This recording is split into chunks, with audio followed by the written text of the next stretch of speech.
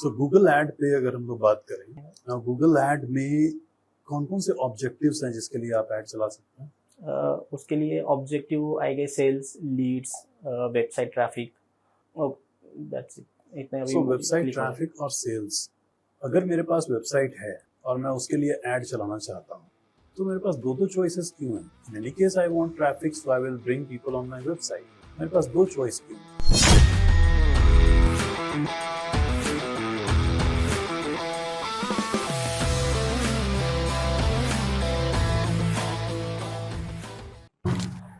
Hello sir. Hello.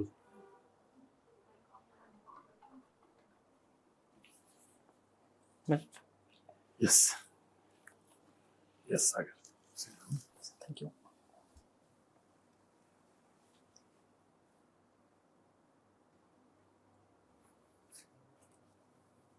you are having two copies. Yes, Sagar, introduce yourself. Hello sir, my name is Sagar Bhalerao and I am from Baragaon, Pimpri. It is a very small village in Sinnar Taluka. So I completed my graduation in GMD College, Sinnar. So after that, I was working in Vivo Mobile. So I have worked in 7 years in Vivo Mobile as a sales executive. After that, I quit my job and started preparing for a competitive exam. So मेरा वैसा कृषि विभाग में मेरा selection हुआ था, सो वहाँ पे स्टे लगा तो मैंने जॉब ज्वाइन नहीं की वो। तो उसके बाद अभी तक उसका कुछ रिजल्ट आया नहीं। सो 2-3 साल गैप लेने के बाद मैंने सक्सेस जॉब प्लेसमेंट में जॉब करना चालू किया एज अ एसोसिएट मैनेजर। वहाँ पे बैक ऑफिस में मैं काम करता था। सो 2 साल में मैंने वो वहाँ पे काम किया। तो उसके बाद मैंने ऑप्शन बी करके, मतलब एज अ टेक्निकल मुझे कुछ जॉब चाहिए, इसलिए मैंने डिजिटल मार्केटिंग ज्वाइन किया। एंड फैमिली में कौन कौन है? फैमिली में मम्मी है, पापा, मेरा बड़ा भाई है और मैं। सो अपने वीवो के एक्सपीरियंस के बारे में बताइए कि सेल्स एग्जीक्यूटिव का जॉब वीवो में आपने किया।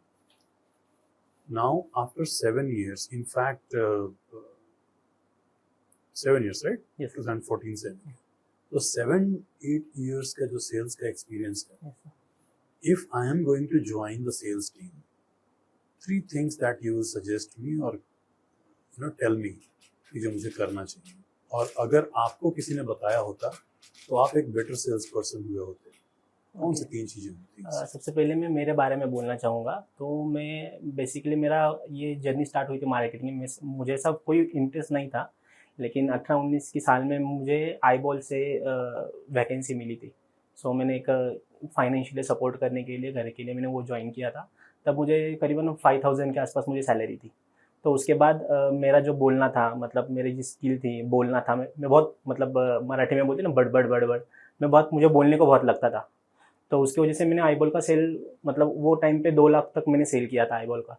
तो वो देखा था इंटेक्स वालों ने, जब इंटेक्स वाले विजिट को आने के, तो वो टाइप्स, मतलब वो टाइम पे मुझे इंटेक्स वालों ने जॉब ऑफर की थी कि हम आपको सैलरी इंक्रीज़ करा के देंगे, तो आप इंटेक्स में ज्वाइन कर सकते हो। तो मैंने इंटेक्स में ज्वाइन किया और 6 महीने बाद मैंने वीवो वालों ने मुझे देखा कि इंटेक्स जैसा ब्रांड आप इतना सेल करें तो वीवो कितना करे।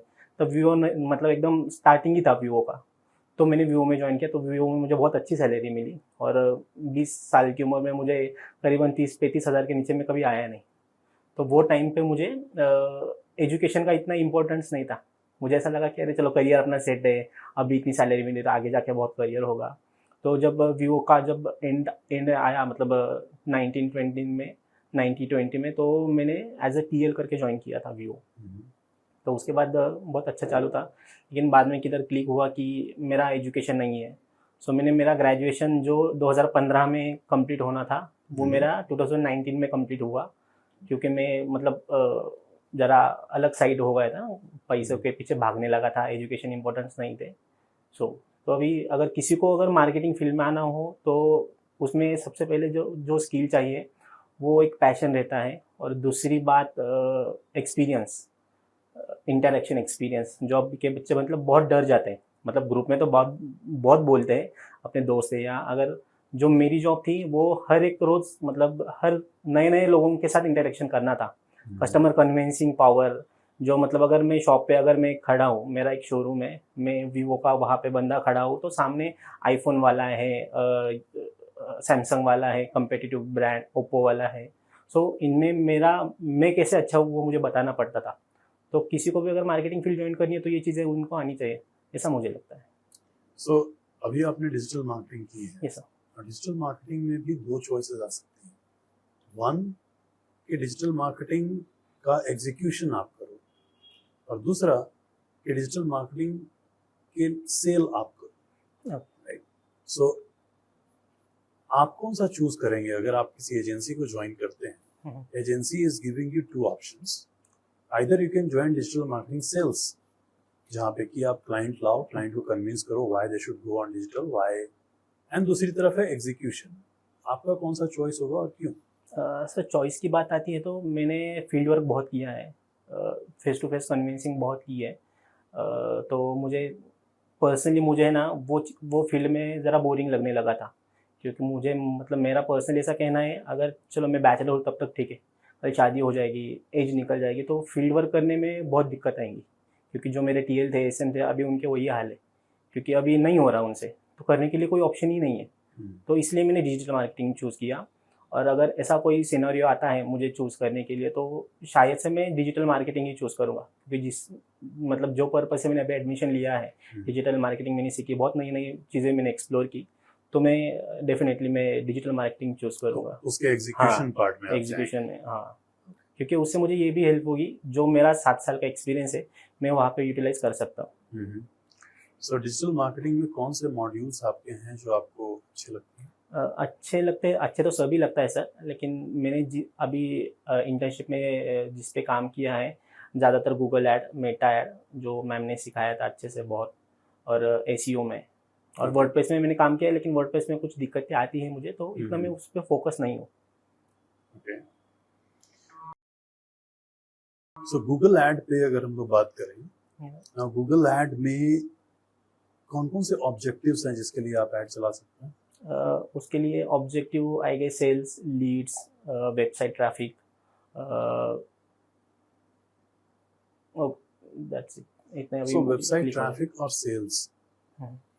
नाउ अगर मेरे पास वेबसाइट है और मैं उसके लिए ऐड चलाना चाहता हूँ, तो मेरे पास दो चॉइसेस क्यों हैं? In any case, I want traffic, so I will bring people on my website. मेरे पास दो चॉइस क्यों? दो चॉइस इनके साथ, जो दो चॉइस मतलब वेबसाइट ट्रैफिक खुद में एक चॉइस ऑब्जेक्टिव में, और सेल्स दूसरा एक चॉइस। हाँ, तो दो चॉइस क्यों दिए हैं गूगल ने, जबकि दोनों का काम तो ट्रैफिक ही लाना होगा वेबसाइट के ऊपर? यस, सेल्स से ऐसा होगा सर, जो हमारा जो भी ब्रांड है, हमारा जो प्रोडक्ट है, सेल्स ऐड अगर हम चलाएंगे तो ब्रांड की जो अहमियत है वो समझेंगे। उसके लिए तो फिर अवेयरनेस है ही ऐड ऑब्जेक्टिव। यस, दूसरा ऑब्जेक्टिव आपके पास है ना, अवेयरनेस एंड प्रोडक्ट कंसिडरेशन, तो वो तो है ही। लेकिन वेबसाइट ट्रैफिक और सेल्स, ये दो सेपरेट ऑब्जेक्टिव क्यों हैं गूगल के, जबकि दोनों का काम वेबसाइट पे ट्रैफिक ही लाना है? तो वो फर्क कहाँ पे पड़ता है? No idea sir. Bidding strategy में कोई फर्क पड़ेगा? बिडिंग स्ट्रैटेजी में हाँ पड़ेगा सर, बिडिंग स्ट्रैटेजी में, क्योंकि हर एक बिडिंग स्ट्रैटेजी अपने आप में एक अलग है। कौन कौन सी बिडिंग स्ट्रैटेजी? सो बिडिंग स्ट्रैटेजी में एक तो एक मैनुअल आता है, मैनुअल सीपीसी, और ऑटो में, और ज़्यादातर हमने ऑटो में काम किया है, जिससे गूगल अपने आप सेट कर लेता है बिडिंग स्ट्रैटेजी, और हमारे बजट के हिसाब से वो ऑटोमेटिकली क्लिक्स रहा, मैक्सिमाइज कन्वर्जन रहा, या कन्वर्जन वैल्यू रहा, टारगेट सीपीए या टारगेट इम्प्रेशन शेयर, ये अपने आप हमारे बजट के हिसाब से डिसाइड करता है, और जो हमारा ऑब्जेक्टिव या हमारा जो टारगेट है वो ऑटो में अपने आप आ जाता है। तो अगर मान लीजिए मैं एक ऐड चला रहा हूँ, मेरा बजट 1000 रुपये पर डे है, आदित्य सर ऐड चला रहे हैं, इनका बजट 10,000 रुपये पर डे है, तो गूगल कौन सी स्ट्रैटेजी लगाएगा? मेरे में कौन सी लगाएगा और इनमें कौन सी लगाएगा? वो डिपेंड रहेगा सर, हमें हमारे ऐड के थ्रू क्या चलाना है। सबसे पहले अगर ऑटो में बात की जाए बिडिंग स्ट्रैटेजी की, तो मैक्सिमाइज क्लिक, अगर हमें बस क्लिक गेन करने हैं हमारे ऐड के थ्रू, या कोई भी हमारे ऐड कितनी बार दिख रहे हैं उसे क्लिक करने हैं, तो इसके लिए हम मैक्सिमाइज क्लिक का ऑप्शन चूज़ करेंगे, जिसमें बिडिंग स्ट्रैटेजी तो ऑटो ही रहेगी। अब हम कितना बजट लगाते हैं वो हिसाब से गूगल डिसाइड करेगा। और कन्वर्जन क्या है? मैक्सिमाइज कन्वर्जन अगर हम किसी ब्रांड को प्रमोट कर रहे हैं या वन प्रोडक्ट हम सेल कर रहे हैं, तो इसके लिए हम मैक्सिमाइज कन्वर्जन यूज़ कर सकते हैं बिडिंग स्ट्रैटेजी में। what is conversion?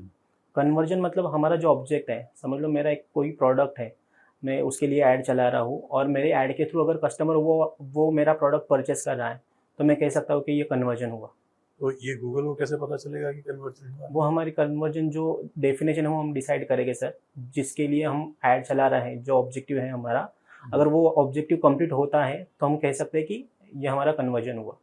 ओके, सो आपने कहा कि वर्डप्रेस के साथ आप कंफर्टेबल नहीं हो, उतना मतलब मैंने काम नहीं किया है उसमें उतना उतना। काम नहीं किया, तो अगर आप गूगल एड चलाते हैं तो फिर आप लैंडिंग पेजेस किससे बनाते हैं और कैसे बनाते हैं? लैंडिंग पेज हम गूगल एडर के लिए ना, लैंडिंग पेज एक ये होता है जहाँ पे हमारे एक शॉर्ट फॉर्म में हमारी पूरी वेबसाइट की इन्फॉर्मेशन हो कि हमारी वेबसाइट क्यों है, किस लिए है, हम क्या काम करते हैं।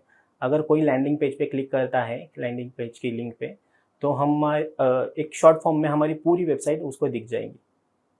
आप कैसे ये बनाइएगा? वर्डप्रेस में ही सर। वर्डप्रेस में हाँ, बनाइए। वर्डप्रेस में मुझे दिक्कत आती है वो मतलब कैप्चा डालने में या रोबोट जो आता है वो कॉलम वगैरह, मैंने उस पर कुछ काम नहीं किया है। सो गूगल के सर्च ऐड में रीटारगेटिंग करने का ऑप्शन है, यस, कैसे करेंगे? रीटारगेटिंग के लिए एक ऑप्शन आता है, how people interact with you your business, ऐसे करके एक ऑप्शन आता है, वहाँ से हम रीटारगेटिंग कर सकते कहाँ हैं। पे आता है ऑप्शन? ब्राउज में, ऑडियंस सेगमेंट में, ब्राउज में वो ऑप्शन आता है। आई थिंक 4 नंबर पे वो ऑप्शन है। ओके, सो वहाँ से आप चूज करते हैं कि आप रीटारगेट करने Yes. वाले लोगों को। तो जिन लोगों को आप रीटारगेट करने वाले हैं वो आपको कैसे मालूम कि वो कौन से लोग? सबसे पहले जो हमारा गूगल सर्च कंसोल, सॉरी,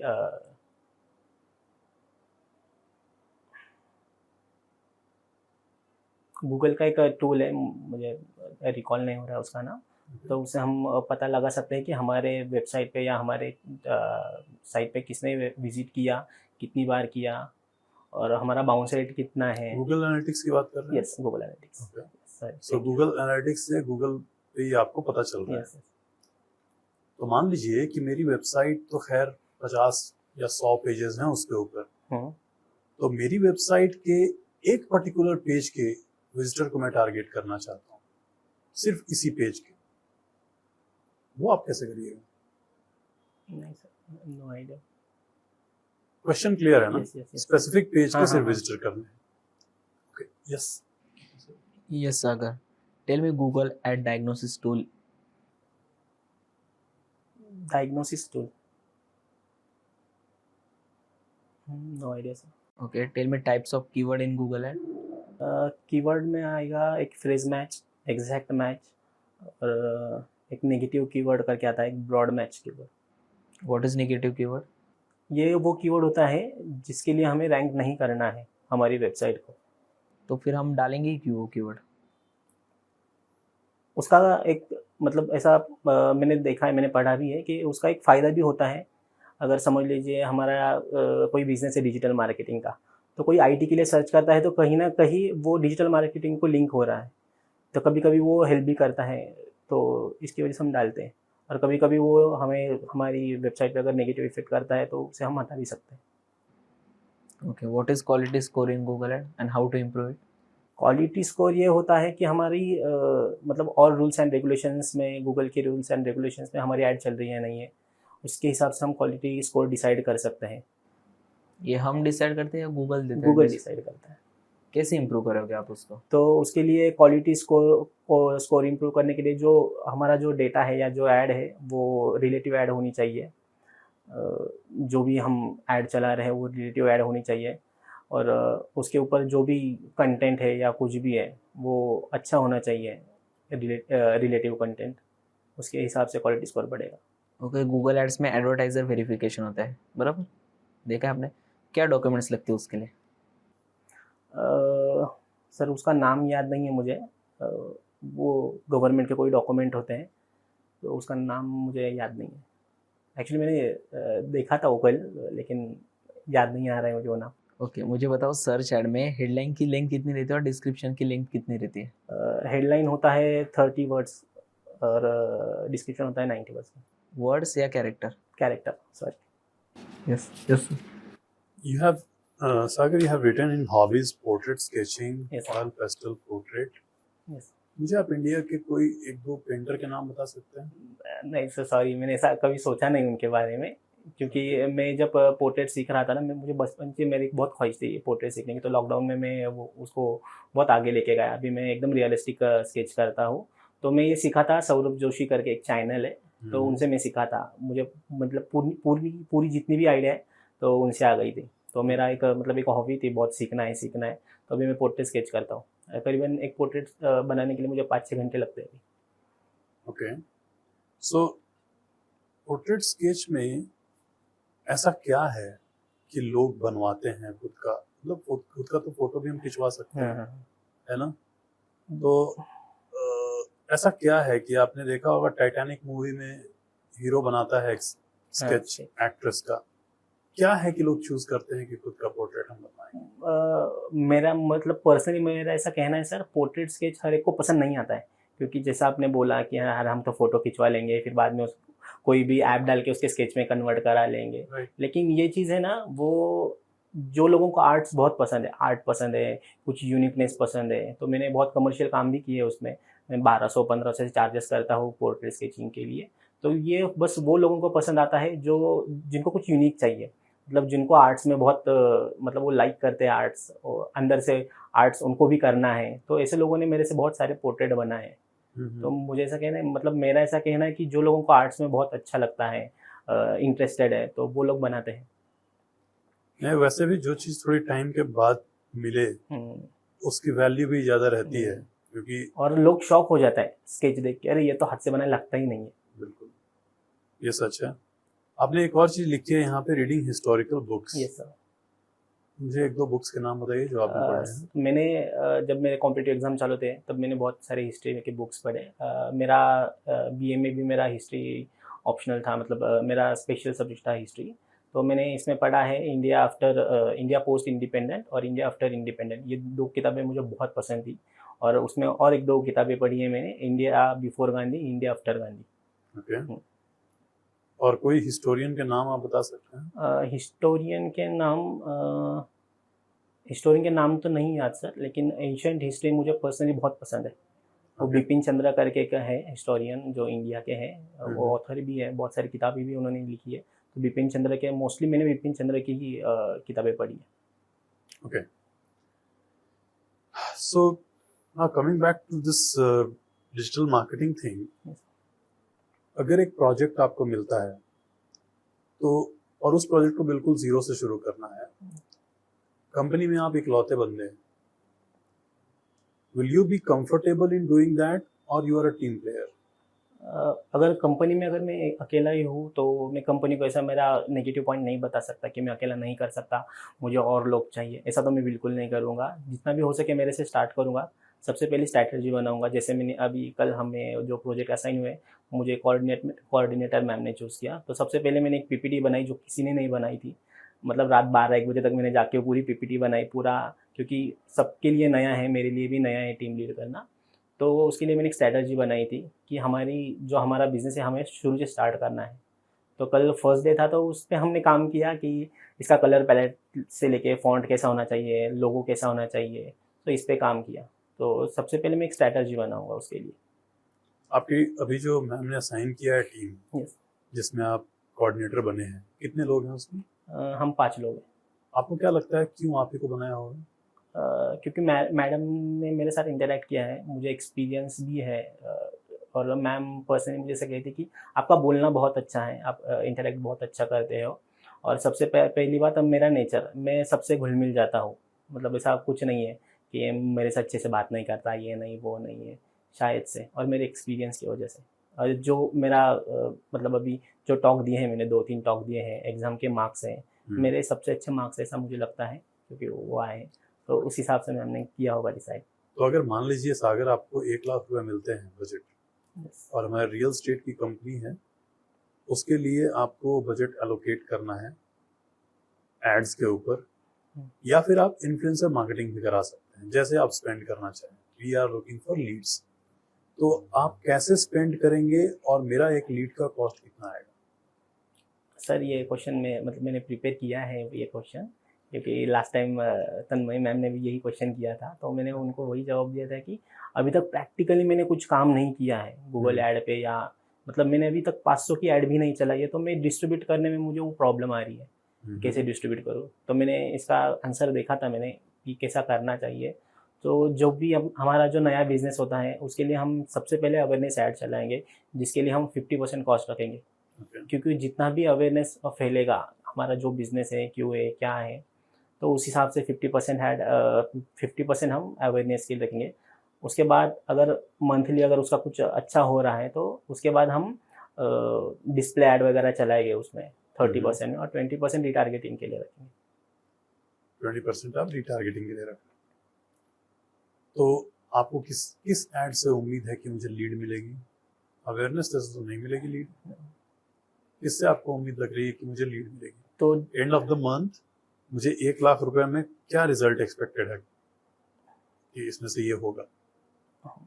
तो एक्सपेक्टेशन 1 लाख अगर हम खर्चा करें कोई भी ऐड, तो सीधी सी बात है 1 लाख से ऊपर हमें लीड्स आने चाहिए, हमारा पैसा वापस मिलना चाहिए, सीधी सी बात वही है। और लीड अवेयरनेस ऐड तो नहीं चलेगी, लेकिन जितने भी अवेयरनेस होंगे और जितने भी कस्टमर कन्वर्ट हो रहे हैं, इंक्वायरी कर रहे हैं, तो हमारा काम वो रहेगा कि जो भी कस्टमर आ रहे हैं, मतलब हमारे दरवाजे तक आ रहे हैं, अगर उन्हें हम कन्विंस कर सकें हमारा जो भी प्रोडक्ट है या जो भी रियल एस्टेट हमारा प्लॉट से है, तो उसके लिए हम कन्वर्ट कर सके, तो उससे हमें अच्छे खासे मतलब हमारा जो ROS है, रिटर्न ऑन एड स्पेंड, वो मिल सकता है।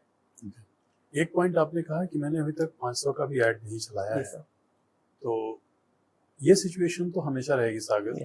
जैसे मान लीजिए आपने अभी 1000 रुपए का ऐड चला लिया, मंथली आपने 30,000 का ऐड चला लिया, और आपके सामने एक कंपनी आ गई जिसने बोला कि हमारा 10 लाख का बजट है, तो आप उसको बोलेंगे कि यार मैंने इतना हेवी तो चलाया नहीं है ना। सो जिस कंपनी ने बुर्ज खलीफा बनाया होगा, हो सकता है कि उससे पहले उन्होंने उतनी बड़ी कोई इमारत नहीं बनाई हो, राइट, बट उन्होंने बुर्ज खलीफा बनाया। तो जब कोई शादी ब्याह में खाना बनाने वाला आता है, वो आपसे यही क्वेश्चन पूछेगा कि कितने बाराती होंगे। 500 होंगे तो 500 के हिसाब से तैयार है वो, 1000 होंगे 1000 के हिसाब से, 2000 हैं तो 2000 के हिसाब से। उसका फॉर्मूला बहुत सिंपल होता है, उसकी अपनी एक रेसिपी है। अगर वो 100 लोगों की भीड़ में 5 चम्मच मसाले डालता है, तो 200 वाले में वो 10 चम्मच कर देता है, राइट। तो वो मल्टीप्लाई करते हुए कितने के भी खाना बनाने के लिए वो तैयार रहता है। सो जब आप एड कैंपेन में एंटर करेंगे, you will always have this situation, यार ये मैंने नहीं किया है, but that is the challenging part. आपको उसका स्मॉल रेसिपी पता है, यू हैव टू मल्टीप्लाई, है ना। तो उस एंगल से आप चलिएगा। तो ये जो डर है, इसको आप शुरुआत में ही खत्म कर दीजिएगा, because now you have got the project जो आप लोगों को कल मिला है। You will get assigned budget, और उसके लिए आप एड रन करिएगा, बट आई एम श्योर कि वो बजट ऐसा 1 लाख का तो नहीं होगा, बट जो भी होगा उसके हिसाब से जो आपने स्ट्रैटेजी तैयार की, you will just have to multiply and you get more budget. Yes sir.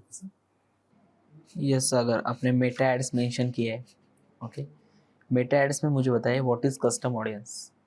Custom audience वो ऑडियंस है सर जो हमारा जो भी ऐड है, हमारा जो भी कंटेंट है वो हमेशा देखती है, उसे हम कस्टम ऑडियंस कह सकते हैं। What is detail targeting? Detail targeting, sorry sir, no idea for that.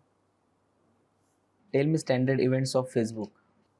Standard events, The conversion events he is asking. No sir, no idea. Actually जो मेटा ऐड है मैंने वो रिज्यूमे बहुत पहले बनाया था, मेटा एड्स का जो मॉड्यूल है, तो मैंने लेक्चर नहीं किए उसके, तो जो भी सीखा है तो दोस्तों ने सिखाया है जब इंटर्नशिप आया, क्योंकि मुझे टाइम नहीं मिलता है ना, आने जाने में मेरे 4-5 घंटे लग जाते हैं total time.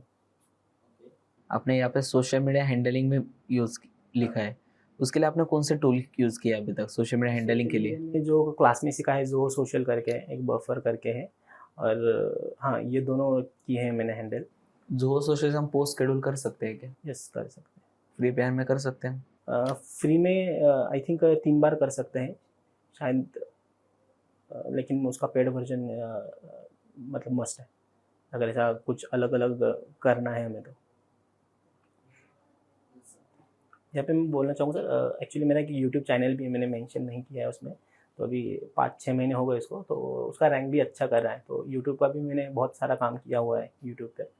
Okay, so can you tell me Sagar कि अभी आपका दिन का रूटीन क्या है? How do you spend your day? Sir सबसे पहली बात, क्लास मेरे घर से करीबन 65 किलोमीटर्स दूर है, तो अगर मुझे अभी अभी तो टाइम चेंज हो गया, अभी 1 बजे का टाइम हो गया, तो सुबह से कुछ नहीं, मतलब 2-1 साल से हमेशा की तरह मॉर्निंग में उठना, घर का काम होता है, घर में बहुत सारे काम है वैसे, क्योंकि घर में कोई है नहीं, मुझे ही सब करना पड़ता है, मतलब पोछा हो गया, ये हो गया, पानी भरना हो गया, वो सब। वो होने के बाद अभी क्लास जो मॉर्निंग में था 9:30 का क्लास, तो मैं 8 बजे से घर से निकलने का, आते आते मुझे 9:30 पौने 10 हो जाने के, पूरा दिन 1 बजे, अभी 2 बजे तक था क्लास, तो 2 बजे तक क्लास करने का, और 2-2:30 मतलब 5:30 बजे तक मैं घर पहुंच जाने का, उसके बाद में फिर रिवीजन और वापस घर का काम, अभी तो फिलहाल यही चालू था। सो पूरे दिन में अपार्ट फ्रॉम क्लास कितना टाइम आप बिताते हैं डिजिटल मार्केटिंग की चीज़ों को करने में?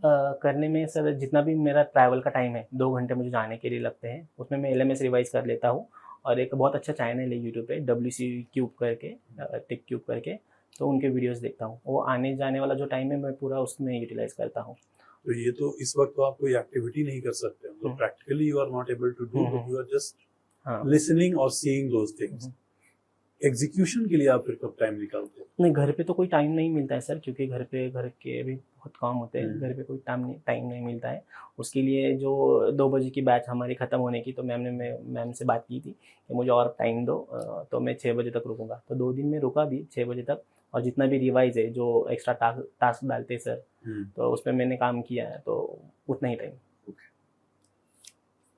All right Sagar, any question for us? No sir. Sagar देखिए, इंटरव्यू अच्छा है, बढ़िया हुआ है। आपका सच में बात करने का जो तरीका है, चीज़ों को बताने का जो एक्सप्लेन करने का, अपने आप को एक्सप्लेन करने का जो तरीका है, बहुत अच्छा है। Thank you. कुछ चीज़ें हैं जिस पे हम लोगों को ध्यान देने की ज़रूरत है, एंड आई थिंक हमें भी मॉक इंटरव्यू के थ्रू एक टाइम मिल जाता है इंटरेक्ट करने का।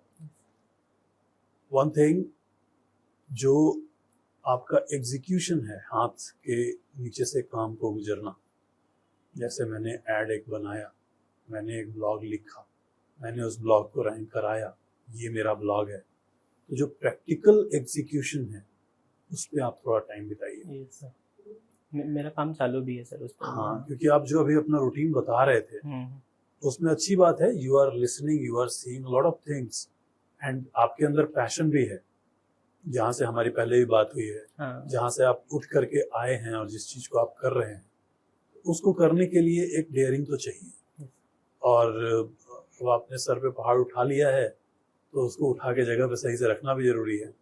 तो उसमें जो मिसिंग पार्ट है अभी, वो है आपके हाथ के नीचे से काम को गुजरना, है ना।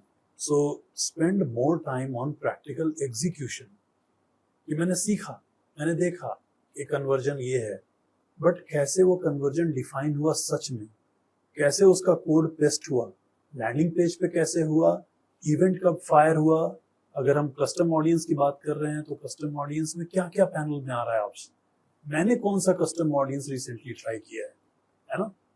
ये जो चीजें हैं, ये प्रैक्टिकल एग्जीक्यूशन वाली हैं। तो एक होता है ना कि मैं थोड़ा सा ऊपर ऊपर ऊपर ऊपर तैर लिया, जैसे स्विमिंग पूल में जब आप जाते हैं तो स्विमिंग पूल में लेयर्स ऐसे बने होते हैं, थोड़ा डीप आएगा, फिर थोड़ा डीप आएगा, फिर थोड़ा डीप आएगा।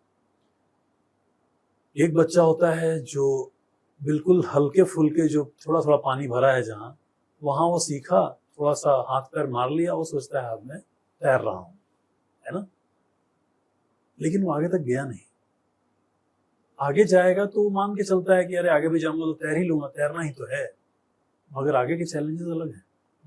तो जब आप प्रैक्टिकली चीजों को करिएगा, उसके जो चैलेंजेस आएंगे ना, उसमें से आएगा डाउट, उसमें से आएंगे क्वेश्चंस, उस पर आप थोड़ा टाइम बिताइए ना। अपने रूटीन में इस चीज को आप फिगर आउट कर लीजिए कि यार मैं रिवाइज कर ले रहा हूँ कोई भी चीज, मैं एग्जीक्यूट कितना कर रहा हूँ, अगर मैं नहीं कर रहा हूँ तो मुझे उसके लिए थोड़ा सा टाइम निकालने की जरूरत है, क्योंकि घर के काम, घर की चीजें तो रहेंगी, हम उसको स्मार्टली कुछ इंतजाम कर सकते हैं, लेकिन जिस मिशन पे आप निकले हैं उस मिशन पे पूरी तैयारी के साथ अगर हम उतरेंगे तो ये सब फिक्स हो जाएगा, है ना। सो क्योंकि आपके साथ एडवांटेज है जो आपने सेल्स में काम किया, आपके साथ एडवांटेज है कम्युनिकेशन का, एडवांटेज है चीजों को कन्विंस करा देने का। मगर मैं ये चाहता हूं कि जब वो कन्विंस करा के आपने मुझे बहुत कन्विंस कर दिया, मैंने आपको प्रोजेक्ट दे दिया, अब आपका काम चालू होता है, वहां पे चैलेंजिंग नहीं होना चाहिए लाइफ, है ना। वो भी आप स्मूथली कर पाए, for that it is very important कि आप प्रैक्टिकल पे थोड़ा और टाइम बिताइए। यस सर, ठीक है। Yes yes Aditya sir. Yes Sagar, जैसे सर ने कहा प्रैक्टिकल पे टाइम बिताए, वो तो करना ही है, प्लस लाइव ट्रैकिंग करिए आप, जैसे सर ने कहा कन्वर्जन, तो कन्वर्जन को लाइव ट्रैक करिए, उसको डिफाइन करिए, प्लस वर्डप्रेस में जिधर आपकी वीकनेस है उसको अपनी स्ट्रेंथ बनाइए अभी। Yes yes. और प्लस रेज्यूमे में मैं देख रहा था कि आपने स्टेन्स का स्पेलिंग है वो गलत लिखा है, हाँ, तो मैं ब्रांड वो का बाद में- स्पेलिंग अच्छे से लिखिए, प्लस कोर्स का भी स्पेलिंग गलत है, तो ये जो स्पेलिंग मिस्टेक ये मत करिए, और नहीं उसको एक्चुअली अच्छे ये से है ना, मैंने बहुत जल्दी में बनाया था एक्चुअली, मैंने भी नहीं बनाया, मेरी सिस्टर ने बनाया था। ओके, तो ये तो ध्यान बहुत रखना है जल्दी इसमें। में हो गया था। ओके, यस रिज्यूमे को आप फिर से एक बार डिजाइन करिए, यस। है ना। बाकी स्टूडेंट्स का भी देख लीजिएगा और इसको थोड़ा सा बैठ करके आप रीडिजाइन करिए। एक्सपीरियंस में भी आप सब पॉइंट्स लिख सकते हो कि इसमें मैंने क्या सीखा, इसमें मैंने क्या सीखा एक्चुअली, और प्लस करंट एक्सपीरियंस भी ऐड करिए इसमें, जैसे आप बोले इंटर्नशिप कर रहे हो अभी, तो वो भी एक्सपीरियंस ऐड करिए इसमें। ठीक है। सो बाकी अच्छा है, थोड़ा सा और मैम को भी बोलिएगा कि ये जो प्रोजेक्ट मिला है हम लोगों को, इसमें अब चूंकि आप ही कोऑर्डिनेटर हैं तो आपको तो ज्यादा पता रहेंगी चीजें कि क्या कहाँ चल रहा है, बट प्रैक्टिकल पे मैं ज्यादा टाइम बिता पाऊँ, मैं कर भी रहा हूँ। हाँ, मैंने मैम को अभी भी पूछा, कल भी मैंने पूछा था कि मुझे वो नहीं पता लग रहा है कि मतलब अभी हम 6 लोग हैं, मैं पकड़ के 6 लोग हैं, तो किसके हिस्से में क्या क्या काम आएगा वो डिस्ट्रीब्यूट नहीं कर पा रहा हूँ। तो so you can talk to ma'am, तो वो आपको थोड़ा गाइड कर देंगी। तो ये कोऑर्डिनेटर बनाने का काम है कि भाई वो जो सबको पकड़ के चले, सबको लेके चले, मेजर भी करे कि भाई इसने ये किया, वो किया क्या और वो ठीक से किया क्या, सो दैट जब अगले स्टेज पे जाएगा तो फिर पता रहेगा कि ये सही है कि नहीं। तो एक बार टीम भी देखने की अपॉर्चुनिटी मिली। और मेरा क्लास का कैसा सीन हुआ सर, जब मैंने क्लास ज्वाइन किया तो उसके बाद पापा का ऑपरेशन हो गया, मतलब पापा की लेफ्ट आई निकल, मैंने आपको बोला था इसके के टाइम पे, तो उसके बाद अभी 2 मंथ पहले मम्मी का ये हाथ ब्लॉकेज हो गया, तो उसको लेके मैं मुंबई गया था अभी, तो इसके वजह से ना मुझे टाइम नहीं मिला, मैंने कोई भी लेक्चर लाइव नहीं किया, बहुत कम लेक्चर मैंने लाइव किया, कोई भी लेक्चर मैंने लाइव नहीं किया, मैंने तन्मय मैम को बोला भी, तो मैं सब लेक्चर LMS पे किए, उसमें भी कोई छूट गए मेरे, तो ये नहीं हुआ, इसकी वजह से वो प्रैक्टिकल नॉलेज उतना अच्छा है नहीं। हाँ, वो देखिए वो क्या है ना, वो दिखता है, अगर वो दिखे ना तो चलो ठीक है, प्रॉब्लम संभाल लें। प्रैक्टिकल का यही है ना कि जब कोई इंटरव्यूअर, जैसे नॉर्मल इंटरव्यूअर अगर आपके साथ बैठेगा जो खुद प्रैक्टिकल नहीं किया है, आप उस इंटरव्यू को क्रैक कर लो, या वहां कोई आपको चैलेंज आएगा नहीं। प्रॉब्लम कब आएगी, जब कोई एजेंसी या फिर कोई ऐसा बंदा इंटरव्यू ले रहा है जो प्रैक्टिकली चीजों को करता है, वो अगर बैठेगा और टेक्निकल में घुस गया तो फिर वहां पे छिपेगी नहीं ये चीजें। सो इट्स इम्पोर्टेंट कि हम लोग उस पर थोड़ा टाइम बिताएं।